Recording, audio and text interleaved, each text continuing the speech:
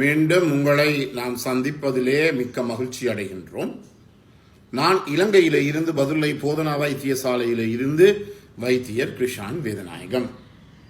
எனவே நாங்கள் பார்த்து கொண்டிருக்கின்ற விடயம் என்னவென்றால், இந்த பல நீரிழிவு நோயாளிகள், டயபெட்டிஸ் மெலைட்டஸ் அல்லது சலரோக வருத்தை இருக்கிற நோயாளிகள் பல பேர் தொலைபேசியின் மூலமாக தொடர்பு கொண்டு, டாக்டர் எங்களுக்கு டயபெட்டிக், என்னால் ஒன்றும் செய்ய முடியவில்லை. சில பேர் திருமணம் முடிப்பதற்கு முதல்ல இருந்தே பயந்து கொண்டு இருக்கிறார்கள். எனவே அவர்களுக்குரிய விடயத்தை தான் நான் இன்று பார்க்க போகின்றோம். இந்த நிகழ்ச்சியை யூடியூபில் பார்ப்பவர்கள் நீங்கள் பார்க்கிறீர்கள், ஆனால் லைக் பண்ணவும் இல்லை, ஷேர் பண்ணவும் இல்லை. பெரிய கவலையாக இருக்கின்றது. அதே நேரத்தில் மணி சின்னத்தை பெல் சாயினை அழுத்தி சப்ஸ்கிரைப் பண்ணுங்கள். டிக்டாக்லும் இன்ஸ்டாகிராமிலும் ஃபாலோ அப் பண்ணுங்கள். உங்களுடைய நண்பர்கள், உறவினர்கள் உங்களுக்கு இந்த நிகழ்ச்சி உங்களுக்கு பிடித்திருந்தால் அவர்களுக்கும் அறிமுகப்படுத்துங்கள். நேரடியாக தொடர்பு கொள்ள விரும்பினால் வெளியூர் அன்பர்கள் இமோ ஊடாக, வாட்ஸ்அப்பின் ஊடாக 0097777356245 மூலம் தொடர்பு கொள்ள முடியும். உள்ளூர் அன்பர்கள் 0777356245 மூலம் தொடர்பினை மேற்கொள்ள முடியும். எனவே இந்த டயபெட்டிக் எனப்படுகிற இந்த நோயானது, இந்த சலரோகம் நோய் அல்லது நீரிழிவு நோய் எங்களுடைய உடல் அவயவங்கள் முழுவற்றையுமே பாதிக்கும். அது முக்கியமாக கவனித்துக் கொள்ளுங்கள். ஹெட் டு டோ, தலையிலிருந்து கால் மட்டும் முதலாவது. இரண்டாவதாக முக்கியமாக இந்த இனப்பெருக்க தொகுதியை, அதாவது எங்களுடைய பாலியல் வாழ்க்கைக்கு, செக்ஸ் வாழ்க்கைக்கு தேவையான மிக முக்கியமான இந்த இனப்பெருக்க தொகுதியை கூட இந்த நீரிழிவு நோயானது பாதிப்பை ஏற்படுத்துகிறது. எனவேதான் நான் முதலிலே சொன்னது போல, நீரிழிவு நோயாளிகள், டயபெட்டிஸ் மெலைட்டஸ் இருப்பவர்கள் இந்த நிகழ்ச்சியை கேட்டுக்கொண்டிருந்தால் உங்களுடைய ஃபாஸ்டிங் பிளட் சுகர், சாப்பிடாமல் கொள்ளாமல் எடுக்கிற சீனியினுடைய அளவு 126 மில்லிகிராம் பெர் டெசிலீட்டர் அல்லது 6.1 மில்லிமோல் பெர் லிட்டர் இருக்க வேண்டும். அல்லது போஸ்ட் பிராண்டியல் பிளட் சுகர் என்று சொல்லுவோம், PPBS என்று சொல்லுவோம். 12 மணிக்கு சாப்பிட்டு 2 மணிக்கு ரத்தம் எடுத்து அதனுடைய அளவு 160 மில்லிகிராம் பெர் டெசிலீட்டருக்கு மேல் போகக்கூடாது. அதே நேரத்தில் ஒவ்வொரு 3 மாசத்திலே நீங்கள் செய்கின்ற இந்த HbA1c ஆனது 6.5க்கு மேலே போகாமல் தயவு செய்து பார்த்துக் கொள்ளுங்கள். இந்த இரத்தத்திலே சீனினுடைய அளவு கூடுகின்ற போது இரத்தத்தினுடைய தடிப்பு கூடுகின்றது. எனவே இரத்த ஓட்டம் குறைகிறது. எனவே இரத்த ஓட்டம் செல்லுகின்ற அந்த ஆண்குறிக்கு செல்லுகின்ற இரத்த ஓட்டத்தினுடைய அளவு குறைகிறது. எனவேதான் ஆண்குறி எழுச்சி அடைகின்ற அல்லது ஆண்குறி விரைப்படைகிற தன்மை குறைகிறது. இரண்டாவதாக, இந்த நீரிழிவு நோயானது உங்களுக்கு தெரியும் என்ன, நீரிழிவு நோயாளிகளுக்கு ஒரே விரைப்பு தன்மை, நம்னஸ் ஏற்படும். அவர்கள் போய் காலாலே போய் நிலத்திலே கிடந்த ஒரு நெருப்பை காலாலே போய் காலால போய் மிதித்தால் கூட அவர்களுக்கு தெரியாது. என்ன செய்வார்கள், அப்படியே மிதித்து கொண்டிருப்பார்கள். அண்மையிலேயே ஒரு அம்மா, அவர் ஒரு பயணம் போய் வந்த போது அந்த வாகனத்திலே அந்த முன்னாலே இருந்திருக்கிறார். முன்னாலே இருந்து வந்த பிறகு வீட்டை வந்து பார்த்தால் கால் அடிப்பாதம் முழுவதும் அப்படியே வீங்கி கொப்பளம் வந்துட்டு, தண்ணி கொப்பளம். என்னன்னு பார்த்தா இவருக்கு டயபெட்டிக் நோய் இருக்கிறது. இவ என்ன செய்து விட்டா, கால் செருப்பை 2ஐயும் கலட்டி போட்டு அப்படியே கால் அப்படியே தூக்கி வச்சிருக்கிறார். அந்த இன்ஜின் ஹீட்ல என்ன நடக்கிறது, கால் அப்படியே பொக்களம் வந்து விட்டது. அது கூட அந்த தாயாருக்கு, அந்த அம்மாவுக்கு என்ன தெரியாது. பெரிய கவலையான விடயமாக இருக்கிறது. எனவே தயவு செய்து இதை நீங்கள் கவனித்துக் கொள்ள வேண்டும். அதாவது முக்கியமாக நீங்கள் என்ன செய்ய வேண்டும் என்றால், அதாவது இந்த நோயாளிகளுக்கு அவர்களுடைய நரம்பு பாதிக்கப்படுகிறது.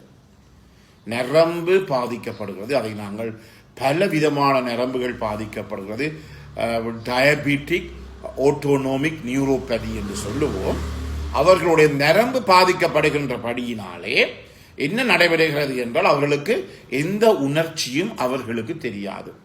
சில அம்மாமார் கோயில்களுக்கு போய் வெறுங்காலுடன் அங்கு இருக்கிற அந்த அதாவது சாம்பிராணி போடுகிற சட்டியில இருக்கின்ற அந்த சிரட்டை வெடித்து வெளியில வந்தால் அந்த நெருப்பை கால் வைத்து புண்ணாக்கி கொண்டு வந்த அம்மாமாரும் இருக்கிறார்கள். இனி அவர்களுக்கு உணர்ச்சி குறை. எனவே உங்களுக்கு தெரியும் என்ன, ஒரு ஆண்குறி விரைப்படைய வேண்டும் என்றால் என்ன முக்கியமாக தேவை? உணர்ச்சி. எல்லாம் வேலை செய்யணும். நரம்பு மண்டலம் வேலை செய்யணும்.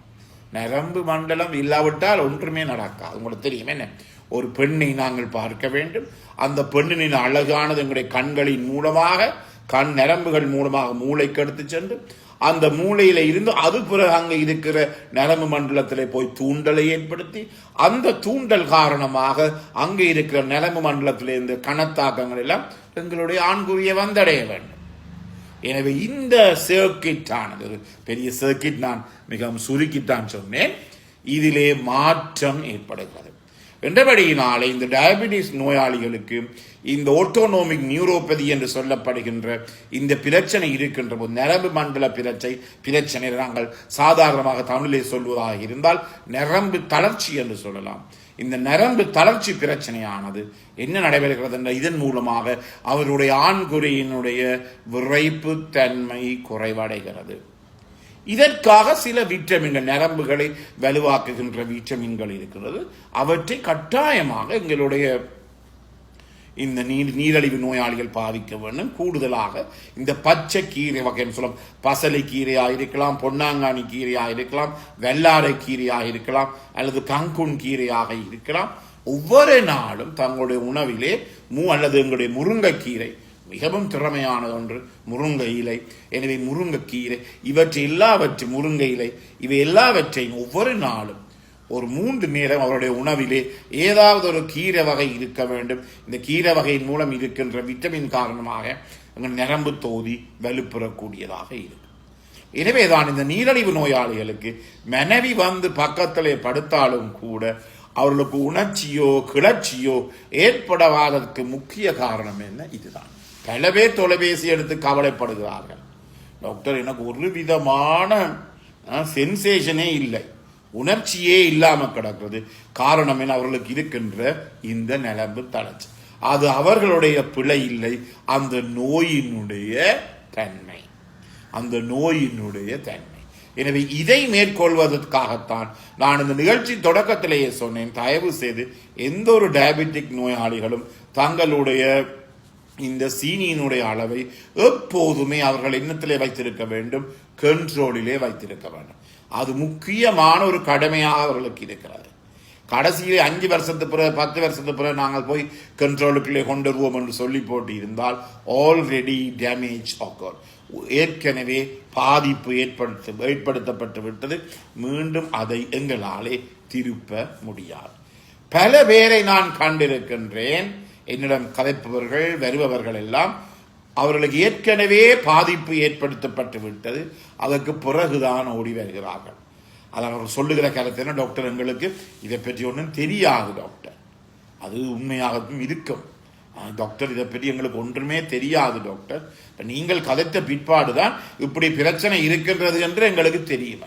எனவே நீங்கள் போகின்ற அதாவது நீங்கள் ஒரு டயபெட்டிக் நோயாளியாக இருந்தால், நீரிழிவு நோயாளியாக இருந்தால், நீங்கள் போகின்ற சிகிச்சை நிலையங்கள் இருக்கிற அந்த வைத்தியரை கண்டு சொல்லுங்க, டாக்டர் வெட்கப்படாதீர்கள்.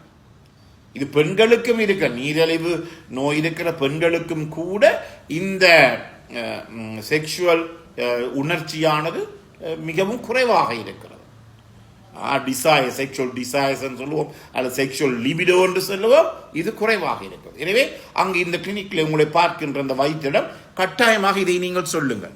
எனக்கு கொஞ்சம் கஷ்டமாக இருக்கிறது, எனக்கு கணவனுடன் உறவை மேற்கொள்வது, கணவனை கிட்ட போக விருப்பமில்லை. எனவே சாதாரணமாக பெண்கள் கூட வெட்கப்படுகின்றவர்களாக இருக்கின்றபடியினாலே என்ன சொல்ல வேண்டும், கொஞ்சம் சொல்லுங்கள், எனக்கு கொஞ்சம் கஷ்டமாக இருக்கின்றது என்று சொல்லி அவருடைய ஆலோசனையை நீங்கள் பெறணும். எனவே நீரிழிவு நோயாளிகள் கவனித்துக் கொள்ளுங்கள். நிச்சயமாக உங்களுடைய சீனினுடைய அளவை இரத்தத்திலே கண்ட்ரோலிலே வைத்திருக்க வேண்டும். 126, 160, 6.5 இந்த 3 நம்பரையும் இலக்கத்தையும் ஒருபோதுமே நீங்கள் மறக்க வேண்டாம். இந்த லெவலுக்குள்ளே நீங்கள் வைத்திருக்க வேண்டும். இவ்வளவு காலம் நீங்கள் தருகின்ற அனைத்து ஆதரவுக்கு மனமார்ந்த நன்றியை தெரிவித்து விடைபெறுகிறேன். நன்றி, வணக்கம்.